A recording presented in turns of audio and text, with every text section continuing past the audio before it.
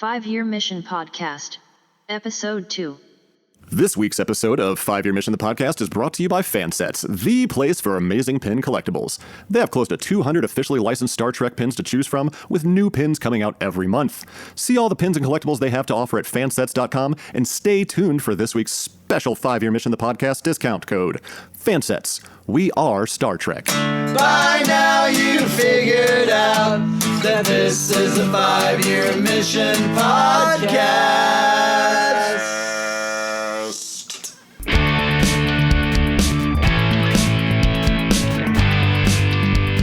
Welcome to episode 2 of the 5-Year Mission Podcast. Joining us today is Mr. Andy Fark. You mean your co-host? Last week you introduced...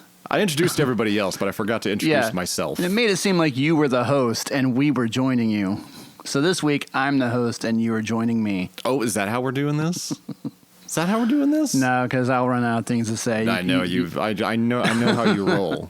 You can take over anytime. Phone conversations with you are the worst. I don't even call people anymore. I know, and I've enjoyed that. Mainly because every single time you would call me, it would be like 30 to 45 seconds of like, hey, here's some information I need to give you. Oh, information received. Here's my opinion on it. All right, cool. I'll see you later. And then you'd sit there on the phone for like a good 20 seconds, just completely silent, just going. So I get that from my mom mostly. She has a hard time saying goodbye on the phone. So when I'm talking to her and it's time to hang up, there's like 10 words you gotta say, like, okay, all right, well, okay. My mom's the exact opposite. It's always like, all right, well, I'll talk to you later. Oh, yeah, one more thing. It's like, oh, here I thought I was free from a phone call to get back to, watching a show or back to a conversation with whoever is else physically in the room with me. But then it's always like, oh, I forgot to tell you your aunt got a cat or something weird like that. It's like, okay, just text me. It's 2019, Mom, text. Anywho. Welcome to 5-Year Mission Podcast, Episode 2. Welcome to the 5-Year Mission Podcast, Episode 2. Not featuring Noah or Chris, because both of them had something come up. That's true. That is how we will word that. That's how we'll word that. It's fine. And also not featuring Patrick. I believe he had something shakeups related. So he is not joining us this week as well. We will have both Patrick and Noah and Chris back on future episodes, hopefully episode 3. But for now, Mike and I are here in lovely Fountain Square, Indianapolis at Hero House Comics. 1112 Prospect Street. I was just about to say the address. For all your comic book needs. But tonight we are going to be playing a little game he and I came up with while we were discussing podcast ideas for episodes. We're going to be playing a little game called Real or Fake. Now, this is where we'll put in the sound bites. It isn't real. Or It's a fake. Get how this is going? Basically, each of us will take turns. We both wrote out 10 real and fake Star Trek facts, quote unquote facts, and it is up to the other person to determine whether or not it is a real one or a fake one. You ready to do this, Mike? I guess. All right. your guess. I kind of made a couple of these up. Well, that's the idea. Well, Hopefully we were on the same page with this. Yeah. I just basically put my fake ones randomly in there. So then you don't get like here's a real one and then here's a fake one. Here's a real one. No. I mixed mine up, but I wasn't paying that close attention, so I don't know how much there. So there's going to be no pattern to it. Yeah, there's no pattern. Okay, we'll see if I can accidentally pick up on one. I will let you go first. Oh, really? Or is it me going first? I don't know. I'm not really sure how to look at this. And here, we'll even keep score here. Oh, we're going to keep score. Since we have 10 each, We'll see who gets the most points. Yeah, who's the best bluffer. 1 point per question. 1 point per question. All right. We planned all this ahead of time, people. We swear. We're not making this up on the spot right now. Well, the scoring thing we did. I did, at least. First one from me to Mike. Scott Bakula's Captain Archer was supposed to be killed off at the end of season 3 of Star Trek Enterprise. Ooh. Oh, wait. But how long do we have to answer? We'll go with 5 seconds. Okay, so my time's up. In the time it took you to ask how long we had, your time is up. I'm going to say fake. It isn't real. That is actually what was supposed to happen at the end of season 3, because if you remember, the final episode of season 3 was 0 Hour. Mm-hmm. Do you remember the episode? Yeah. The whole Xindi arc. Yeah. They were going in to destroy the Xindi Sphere network. Right. And they beam him out at the last second. Yeah, Archer went over there himself while T'Pol stayed on the Enterprise and commanded the ship. Yeah, executives wanted to replace him with someone younger to try to save the show because it was getting such low ratings. Well, that's a bunch of crap. I agree, but hey, it fooled you, buddy. Well, I'm glad they didn't. I mean, season 4 was some of the best Enterprise. Oh, absolutely. I mean, that's what got us the Vulcan trilogy. Yeah. And which are starring our buddy Jim Morehouse from the Trek Ranks podcast. It looks like it's starring him if you watch the video for Awakening. That's true. He is front and center in our video for Awakening. Go to our YouTube page, watch that one. Okay. Are you ready for your first question? Hang on, let me get a drink first. No, I'm going to tell it now so that you have to drink really quick and you lose your 5 seconds. Okay. So I have 0 points now. Is that what you're saying? Yeah, you have 0. I have 1, considering I fooled you. Oh, wait. So do you get a point if you fool me, or how's that work? Like, could you potentially get 20 points? Potentially, yeah. Okay. Yeah, so like if it's not each time a question is asked, it's not just both of us are right possibly getting that point. Exactly. Okay, all right. The stakes is high, son. Yeah. You already have 1,000,000 times more points than I do. Infinity. Just in life. Miles O'Brien is actually only in 27 episodes of The Next Generation. I believe that is true. It's a fake. What? How many episodes was he in? He's actually in 52. What? Wow. I guess you just must have had like a few quick little scenes in some of those because... Yeah, there are a lot of episodes where he's just... He may not even have lines. He's just there. He's just there in the background beaming people in and out, basically. Yeah, where he's just like... He has one scene in the transporter room. I'm just over here having lunch. That was a horrible Miles O'Brien. That was more Scotty. Yeah. I'm going to have to work on my Miles then. I can do Miles. I can do a mean Keiko. Yeah. But only for one word. We're not going to talk about Keiko right now. We'll have an entire episode about Keiko someday. The hell we will. I've got a lot to say about Keiko. All right, you ready for your next one? Yeah. All right.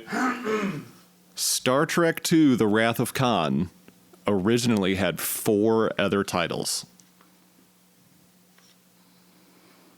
I'm going to say that that's true. It's real.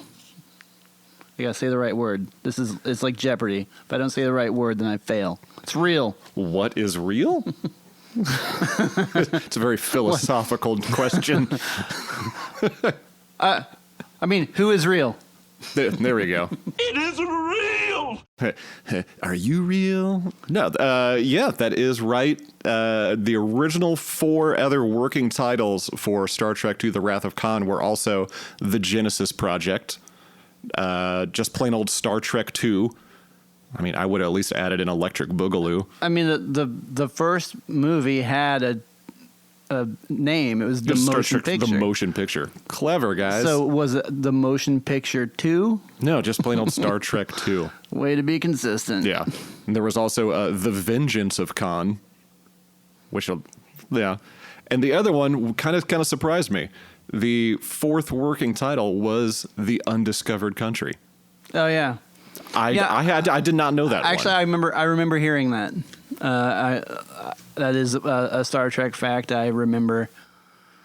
I didn't remember it until you said it. Yeah, but I remember hearing Star Trek 2 was almost named The Undiscovered Country, and there was a bowling alley on the Enterprise. Those are the two things I remember about Star Trek. Weren't there like 7 bowling alleys or something designed into the 1701? I don't know that for sure. You could do that in the corrections and redactions part of the podcast at the end in case. I'll look it up and see. There we go. Yeah. Because I'm sure we'll probably have a lot of questions about some of these as we go along. Right. All right. You ready for your next one? Ready. The F word has only been used once ever in Star Trek. I'm going to say that's almost a trick question because they said it twice in the same exact scene on Star Trek Discovery. Time's up. You didn't say. Oh, come on. Say it. I'm going to say it's real. It's a fake. Fake. How so? Well, for the reason you just said, because they said it twice. What? I was saying it's real because of my reasoning. I think I get that point. Nope. They said it twice. Even though I directly pointed it out. I didn't know how to answer after The that. fact that you pointed it out should mean that you should have said fake because they said it twice. Are we really getting into semantics this early on, even though you tried to fool me? Should I save this one for later? No. And matter of fact, I'm giving myself that point, so f*** you. Nice. I thought that would be a good little ending to that one. Real fucking cool, Andy. That's twice. Just as many times as it's been said in Star Trek. Exactly. My point. No, it's not. You literally just said it twice. My point. Fine, I'll take my point away. For those of you that are following along, I now have 3 points. You have 2 points. How do I only have 2? I fooled you on Miles O'Brien. I got the con question right, and then I just got that one right. Okay, that is 3. You're right. I think I forgot to keeping score. Next. All right, you know who Freddy Krueger is, right? Yeah, Robert Englund. Yeah, Robert Englund was reported to have been offered the role of Data on Star Trek Next Generation.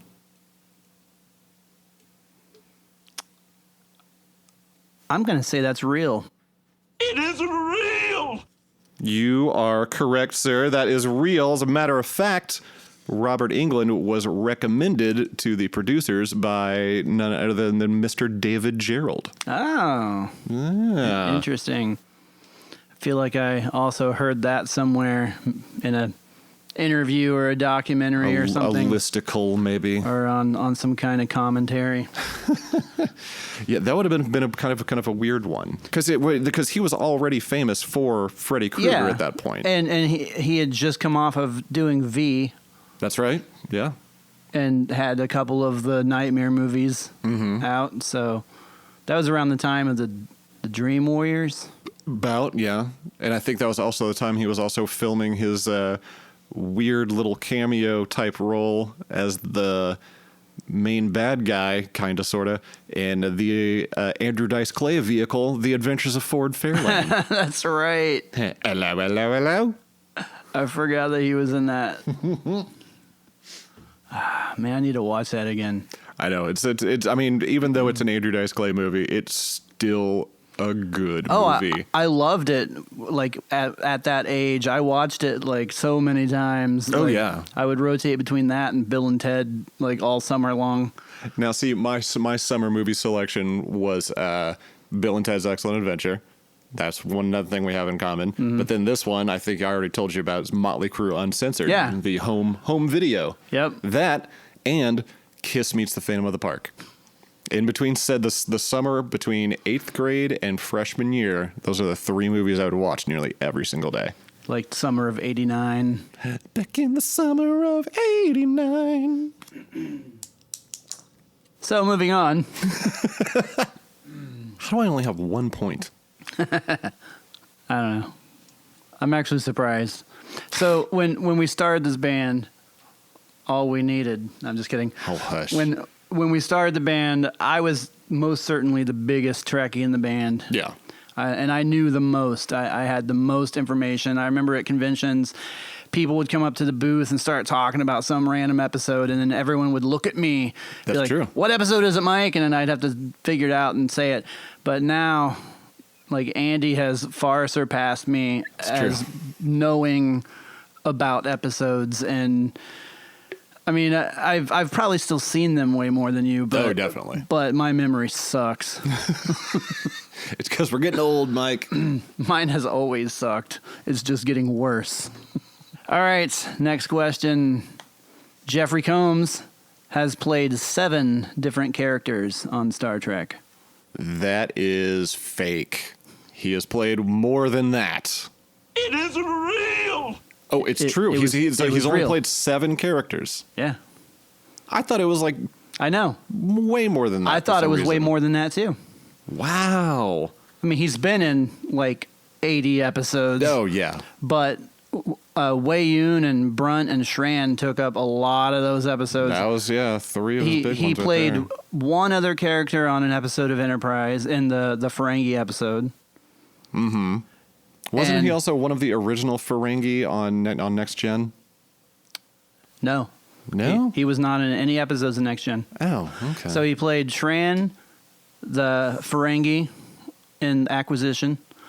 Then he played that was his 2 on Enterprise. He played one character in the last season of Voyager. Okay. So that's 3. Then he played Wei Yun, Brunt, and that character with the weird head, his like first appearance on Deep Space Nine.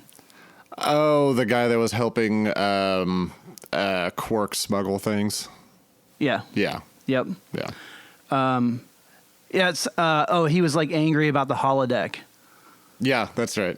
There's one more, and I can't think of who it is. But anyway, it's 7. Wow. Yep. Wow. I know. I thought it was going to be like 12. 12, or- 15, something like that. That's why I thought that was a good one to. Yeah. Because You get me with some of these trickier ones. Yeah. Ones that you don't expect, Yeah. O'Brien's in a lot more than you think. I still want that point back for the F-bomb one. We'll see. I have a lot more points than you right now, so maybe I know you do. I'll throw you a freebie. Don't do me any favors. That's it. You're making me drink again. Here's a quick little hitter for you. Jerry Ryan was originally offered the role of Kess on Star Trek Voyager. I'm gonna say that's fake. It's a fake. Ah, That is true. She was never offered the role of Kess. My first fake one on you. Yeah, but, however, she did turn down the role of 7 of 9 3 times really? before she finally accepted. It's interesting. Yeah. And what I think is funny about that now is that she turned that role down 3 times. She became like one of the most iconic characters in like Star Trek history, and now she's going to be reprising it on Star Trek Picard. I know. I can't wait. I know it'll be neat to see how she's kind of transformed throughout the years. I mean, obviously she still has some of that Borg tech on her from the preview that we saw. But don't know how. Her personality has definitely opened up just from that one scene. Oh yeah, absolutely. Yeah, I cannot wait for that. All that. I can't wait to find out how many kids her and Chakotay have after that long romance they had. Long romance that they had. Jeez, I still think she should have had little holographic kids with the Doctor. Okay. I know this is like kind of going off on a tangent really quick here, but I always thought that she should have had a romance with the Doctor. Mm-hmm. He definitely liked her. Oh yeah. They had good chemistry, They proved that in many episodes. Mm-hmm. And I think that she was clearly, the sexy bombshell on the show. Well, yeah. To have her have a romantic interest in the bald, like nerdy doctor dude that is really annoying. I think that would have been really progressive for them, and it would have. Oh yeah, absolutely. It would have gave hope to many nerds out there. That's true. With receding hairlines.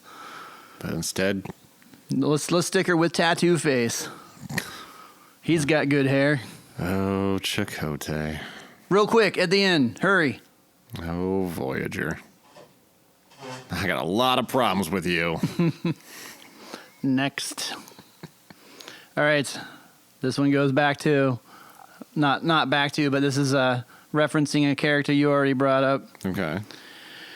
Khan's last words are, "From hell's heart I stab at thee."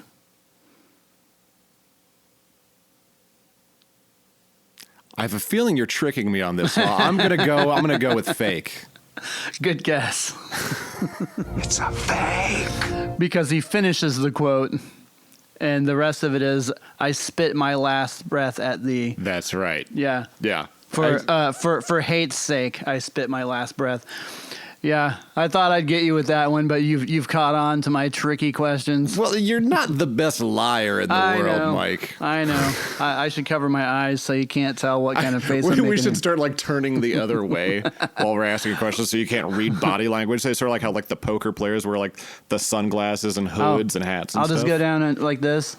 There we go. So you can't see my face behind the windscreen of the microphone. Yeah. Spit guard windscreen, whatever you want to call it. Spit windscard green. The popper blocker. Sure. So you get that point. Thank goodness. It's only 6-2 now. You're the one that said that we could get 20 points potentially. I know. It's basically at this point it's my goal to keep you out of the teens. All right. Majel Barrett Roddenberry left $4 million to her dogs when she died. I'm going to say it's real. It isn't real. Yes. You would be correct in saying that it's real. I thought that was a really weird one. That is really weird. Yeah. And that's why I thought I should guess that it's real, because it just seems so bizarre. Yeah, and I have a feeling it's a weird tax front type thing. Because why are you going to leave $4 million to your dogs? What are the dogs specifically going to do with that money? Right. So she left $4 million just to her dogs, as well as a mansion and $1 million to their caretaker, whose name was Estupiñán. Estupiñán is lucky guy. Yeah, she said that Estupiñán took better care of her dogs than she ever did.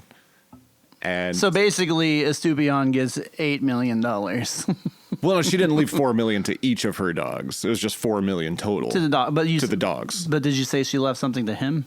Yeah, $1 million. Okay, so he gets $5 million. Right. Okay. It's why would you leave $4 million to your dogs? Because what are they going to spend it on? And then only $1 million to the guy that's going to take care of them. That's going to go out and buy their food, give them water, walk them, brush them, bathe them. Yeah. Come on. He's not going to take that other $4 million. I guarantee Estupiñán's living in that mansion, though. If you're listening to this, Estupiñán, we have nothing but the highest of respect for you and the Roddenberry family. Estupiñán, I've always wanted to be a dog. I would greatly appreciate if you could maybe adopt me as one of the Barrett Roddenberry dogs.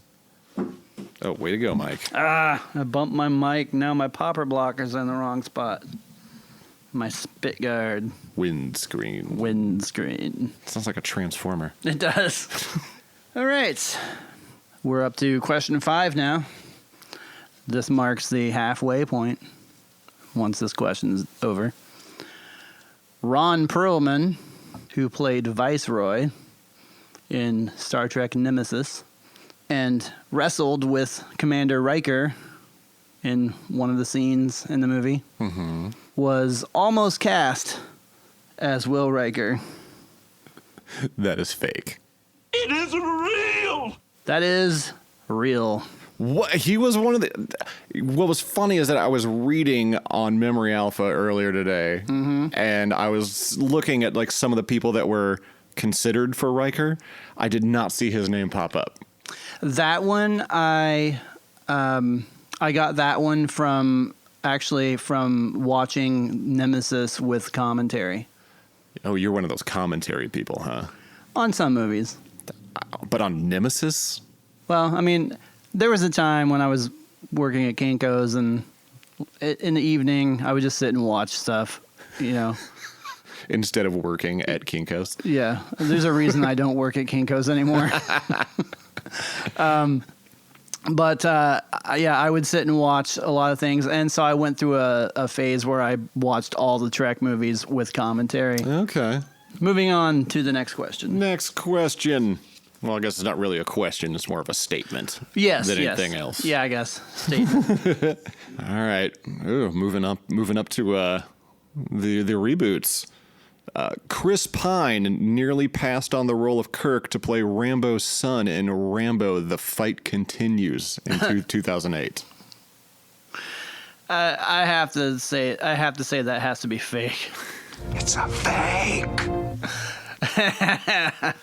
Why would you choose to play Rambo's son when you can be in Star Trek? God, you never know. Rambo is a pretty iconic franchise, too. It is, but... There's a new Rambo movie coming out now, too. Yeah, well, I know they made those... What are they called? Like, Crease or something? Or Crease? It's like...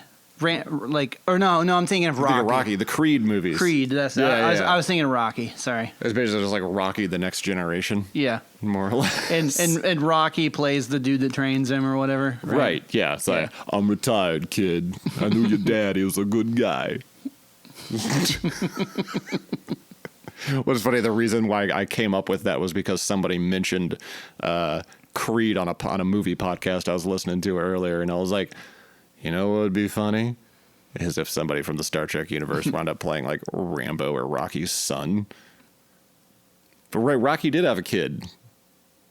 I remember that specifically. Did he? Yeah.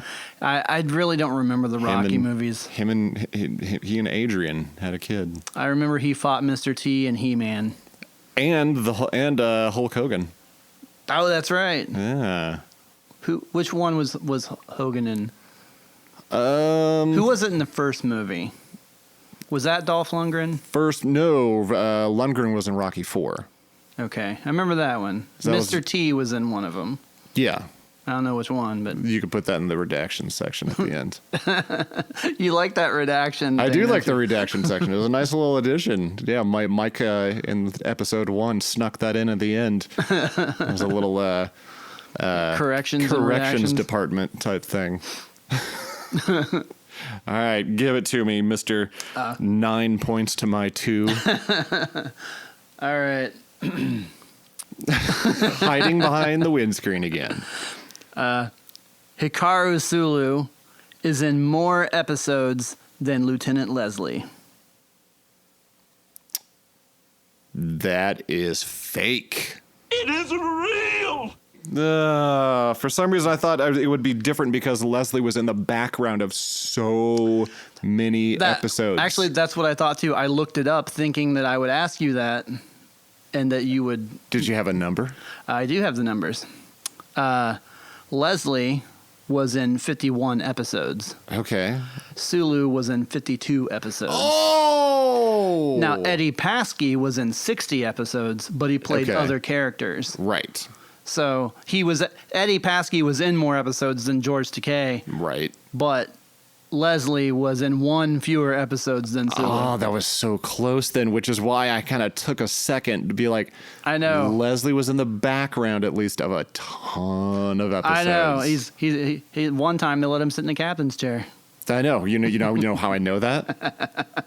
Because of your stupid Spock's Brain song off of year 4. He's One time I think I saw him sitting in the captain's chair. He's a ladder climber. That was a short skirt. But 2 years. But we digress. Do we ever? Really? That was a good one, though. That was a thinker. And I was really close on that one, too. Yeah. Yeah. Yeah. All right, this one's a writer question. Ooh. But it's a little on the nose. The original series episode, The Lights of Zetar. Sing it, Mike. Sing it. Which one? I don't know. The Lights of Zetar. Lights of Zetar. We're working on things for year 5, and that's been a running joke for the past 2 years now. Since year 1. Pretty much, yeah. What are we going to do for that piece of crap? We've been making Lights of Zetar jokes since 2010. Lights of Zetar and City on the Edge of Forever. But then since we got City on the Edge of Forever joke, and the actual song was written, we still make the same We still joke. make the jokes, yeah. Yeah. Anyway, the original series episode, The Lights of Zetar, was written by puppeteer Sherry Lewis. Do you remember who Sherry Lewis is? Yeah, Lamb Chop, right? Yeah. I have to say that is fake. It isn't real. Oh, man, seriously? Sherry Lewis and her husband both wrote the episode The Lights of Zetar. Wow. And matter of fact, she also wanted to play the role of Lieutenant Mira Romaine in the episode, but the producers nixed that idea. They should have nixed the whole episode. But see, that's what we do as a band here. We take kind of poor, lesser episodes and make a good song out of it. Yeah. I mean, look at Cat's Paw. Yeah. Yeah. I like Cat's Paw. The episode or the song? Well, both. Well, of course you're going to say both. You wrote the song, Yeah, Cat's Paw. I mean, I think that may be the best 5-year mission song. You always say that about your own songs. I'm on to you, Rittenhouse. I mean, give some love to Butler and Spurgeon and O'Connor over there. And even me! Shore Leave might be better than Cat's Paw. I've written 3 songs for this band, Mike, and you've never said mine is the best in any interview. I think yours is the best Tribble song. Okay, I'll take that. Even though we can't play it live because you suck at drums. Or can we not play it live because you suck at playing and singing? That as well. I've already said I'm not Phil Collins, but I'm also proud of the fact that I'm not Phil Collins. So basically, both of us suck, so we can't play it live. That's true. Next. All right, give it to me, Rittenhouse. Tuvok served on the Excelsior in 2293. Wow, that's very specific. I'm going to go with true or real. It isn't real. Yes, that is real. I hate Tuvok so much. Do you really? I do. I didn't know that. Pretty much anything Voyager. I know you don't like Voyager. Yeah. And I mean, I like 7 of 9. I like EMH. I would say I also like Janeway. yeah. But as a series, I just don't like Voyager. So pretty much anything involving Voyager for the most part, I'm always just like, I don't care. Of all of the series main casts, Voyager is I think the only series that there are main cast members that I'm just not a real big fan of. Yeah. What about Tuvix? Hey, I learned something the other day listening to the Trek Geeks podcast. Oh, you mean our I don't know what the flagship of the Trek Geeks Network that we're a part of now? The flagship podcast of our little I armada. almost said our father podcast. our forefather podcast. our podcast dads. Anyway, you were listening to Trek Geeks. Yeah, I was listening, and it was an episode where they were talking about Star Trek timelines. Okay. And Is Tuvix a playable character on there? well, the way you get Tuvix is you get Neelix and Tuvok, and you combine them. Oh my god. And then immediately does like an animation of Janeway come in, and then she's like, kill them both. I don't care. This monstrosity must go. That's my best Janeway. Yeah, that's not a very good Janeway. I didn't You think need more so. Katharine Hepburn. I need to work on my Miles O'Brien and my Janeway. You do. All right. Probably a lot of other of my Star Trek A lot of impressions. them, yeah. If you're trying to do O'Brien, you do a pretty good Scotty. Yeah. Maybe if I try to do Scotty, maybe I'll do a good Miles O'Brien. I don't know if it works that way. Maybe I need to drink a few more of these beers I brought with me. Next. Okay, this is referring to Star Trek Discovery now. Okay. Because this has come on. You know the term never read the comments? I always read the comments. Well, yeah. Because I'm a glutton for punishment. Well, and you also love to interject. Oh yeah, I will. I'm quick to jump in and call someone a dummy. Whenever I get a notification that says Andy Fark has commented on a post in Star Trek shit posting, Yeah. I immediately go look to see what it is because it's usually pretty good. Okay, but the term Mary Sue has been tossed around a lot regarding Discovery and Michael Burnham. Mm-hmm. And I hate it so much because it's not a thing. It's a strong character. It's a strong female character. Mm-hmm. No reason for it to be a Mary Sue. But the now popular term Mary Sue, meaning like a too perfect female character, was originally coined by Trekkies. Yes, that is real. It isn't real. It's a little too real. I know this because several months ago when we were watching Discovery and I was seeing a lot of comments and people calling her a Mary Sue, I actually had Ashley look up Mary Sue to see what it meant. And did you see the origins? Yeah, that comes from like a Star Trek fanfic from the 70s or something. Yeah, from back in the 70s. Where there was some character, Mary Sue, that was just like tied into everything. Yeah, it's from a piece of fan fiction called Trekkie's Tale. Uh-huh. Yeah, and it was part of the old popular fanzine from the early 70s titled Spockanalia. Yeah, which was also where we first got the term shipping. Where people would ship together like relationshipping. Yeah, exactly. Which is where we get all the fun Kirk and Spock. Yeah. Or the Fark and Mike. Oh man, let's not get into that one. So if anybody wants to write any fan fiction about 5-Year Mission, just know that it's already established that Mike and I are shipped. Deal. I see that you brought a 6-pack of cheap beer with you. Oh, you shut to the podcast, your Andy. dirty mouth. Yeah, we got our hands on some of this fan fiction at one point, and we read it over breakfast at the morning of a con in Illinois, and yeah, it was something. It was something amazing. Wow. I wish I would have been able to print it out and like put it together in like a fanzine type format, because wow. Yeah. We would have had to like wrap it in like a plain paper bag and like walk around with like a shameful look on our faces carrying that around. And that's the origin of Mary Sue. Next. My face recognition didn't work because I was laughing too hard. That's what you get for using technology. Stupid future. This is the future Star Trek once. Vaughn Armstrong is the only actor to appear in multiple episodes of all 4 Star Trek spinoff series. That is fake. Because there are other people that have appeared in multiple episodes. In multiple episodes of all 4? What do you mean all 4? Next Generation, Okay, Deep 'cause I was Space gonna say Nine, there's more Voyager, than- Enterprise. Multiple episodes of every series. That is false. Too late, you already said that it was real. No, I didn't. I said I was about to say it was fake, but then I started second guessing myself because of the way you phrased it. I'll let you have it. It is false. Darn It right, is. it's false. Fake. Fake. Yeah, fake. There are 3 other actors. Hey, wait a minute. Did you say that it was real or fake? Fake.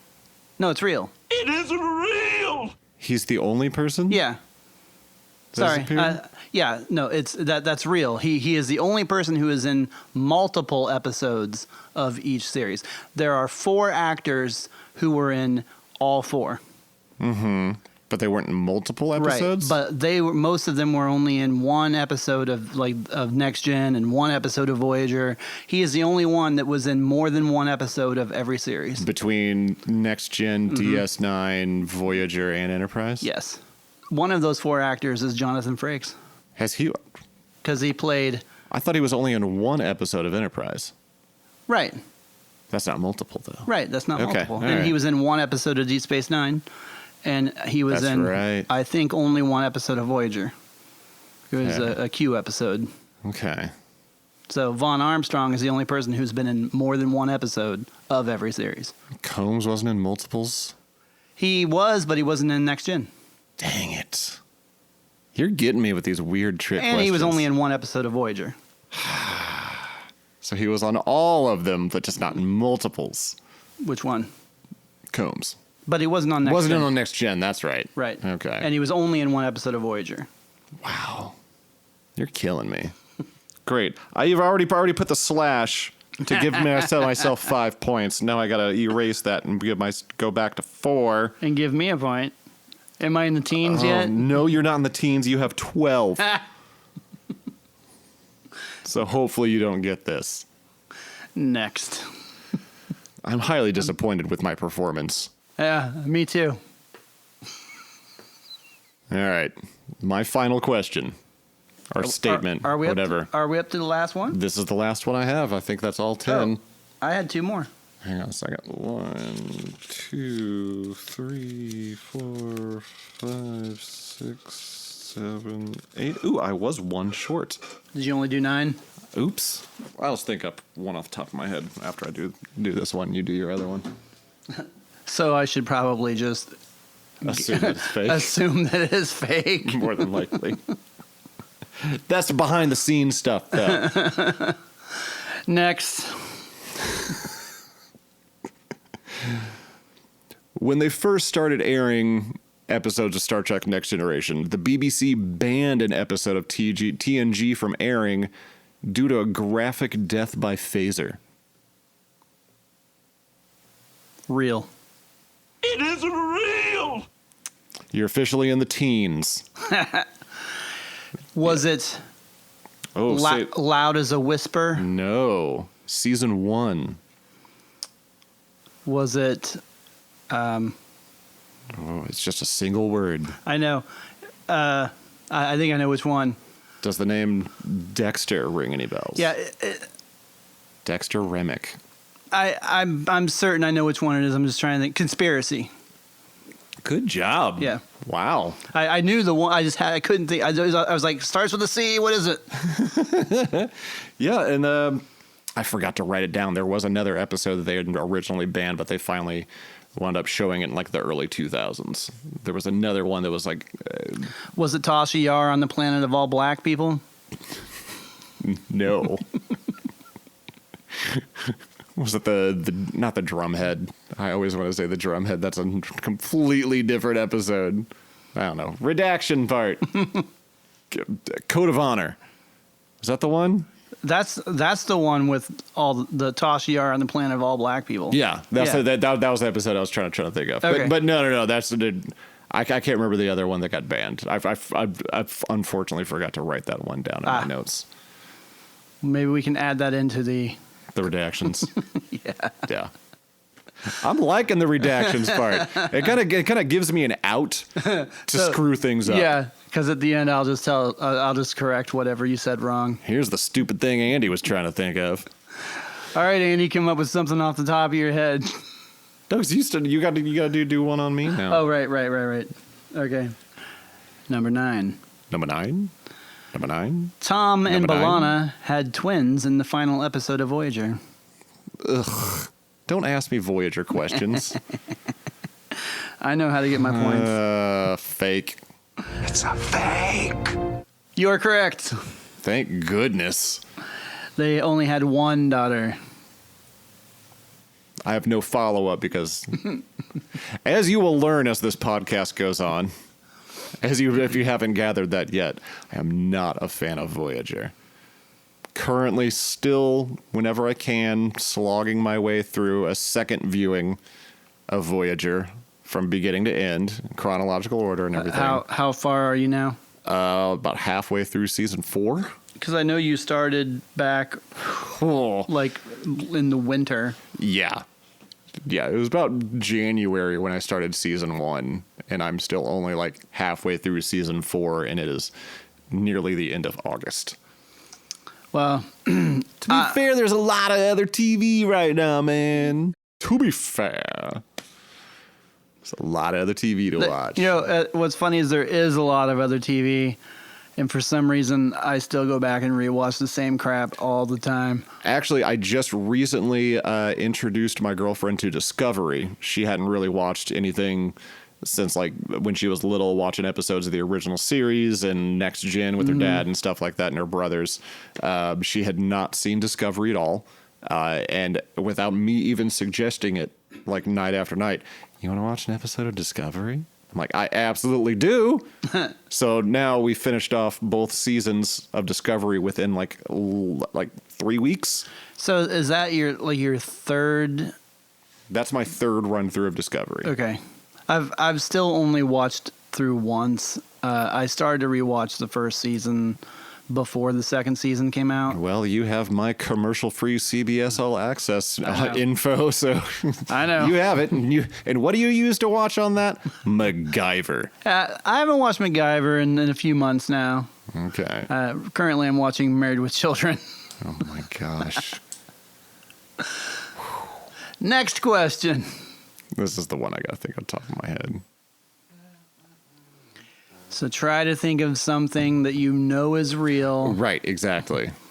Or fake. That's not something that I'm obviously going to know. Right, that's true. And since you're coming up with it off the top of your head, it can't be something that's so... It's nothing that's going to be like a weird deep cut unless it's one of those facts that I just have like stored back here. I'm like, that was a weird one. Yeah. Well, that's like with that Ron Perlman thing. Like that was just something I had stored in my head from watching that commentary over 10 years ago. Yeah. All right, I got one. Okay. Here we go. On Star Trek, the animated series. Oh, your eyes just got real big with that one. When the cast was coming back, the main holdout was Leonard Nimoy.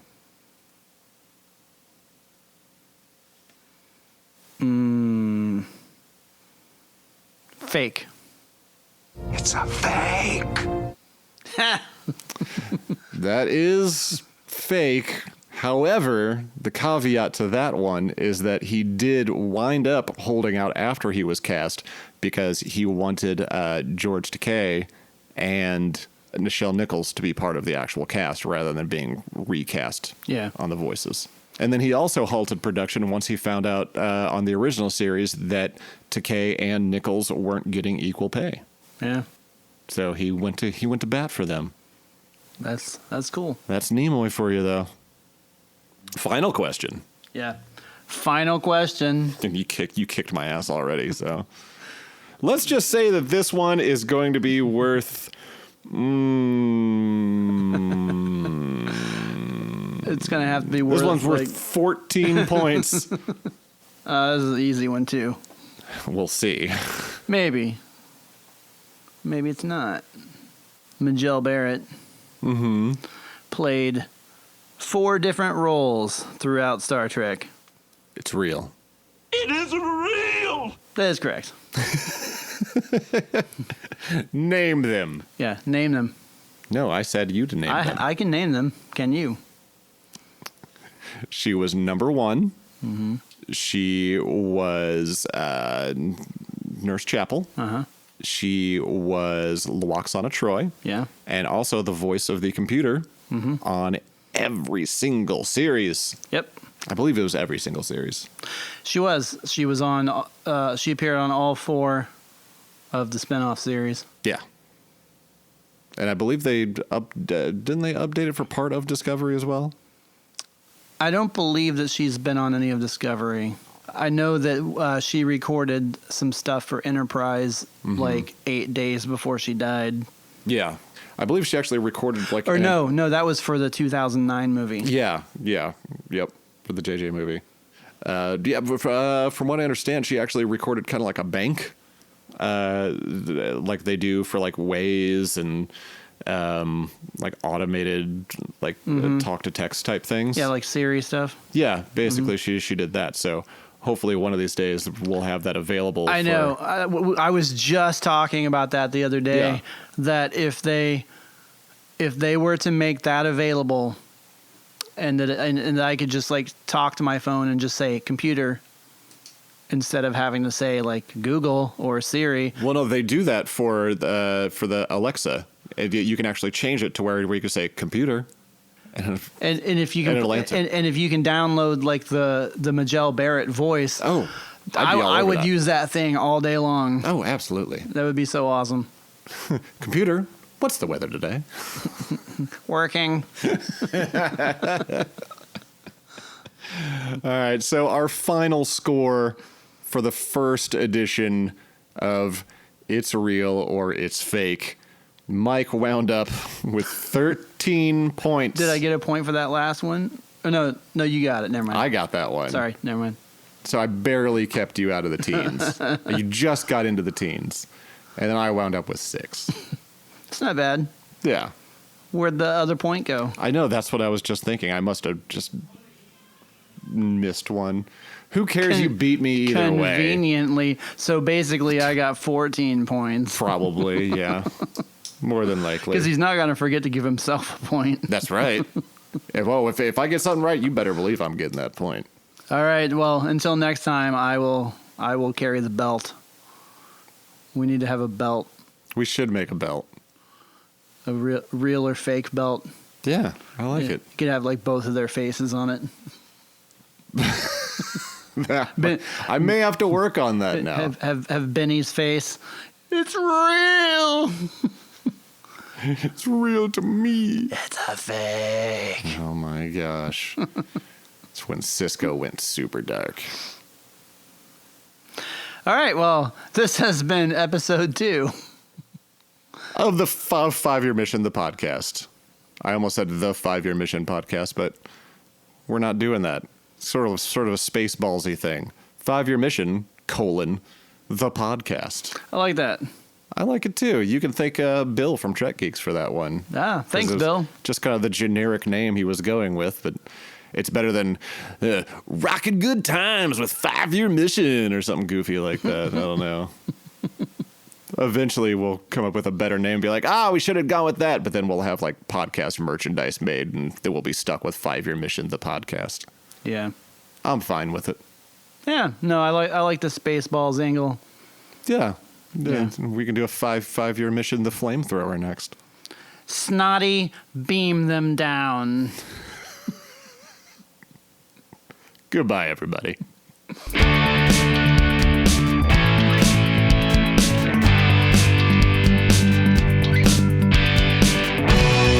I sure want to leave. I sure want to leave.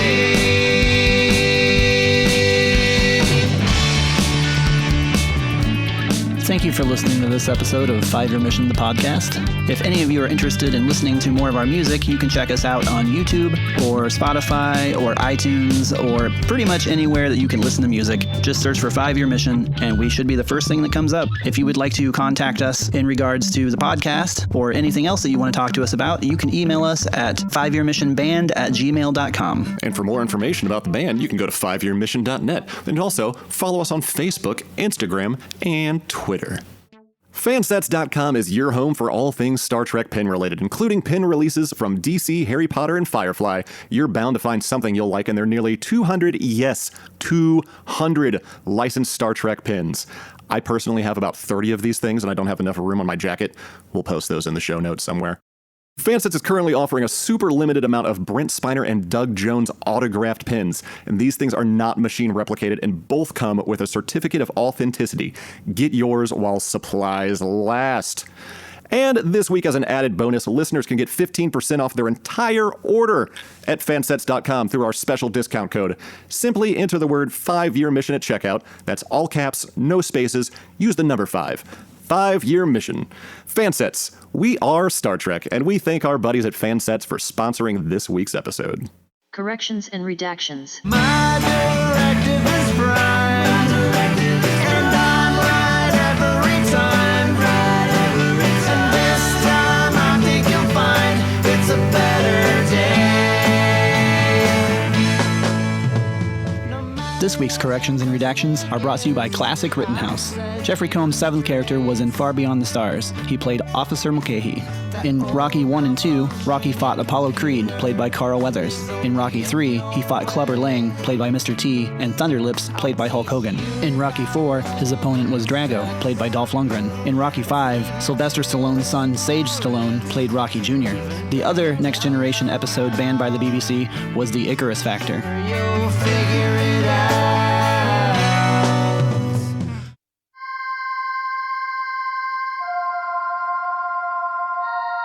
On the next 5-year mission, the podcast, we're going to be transferring an episode series from one podcast network to another.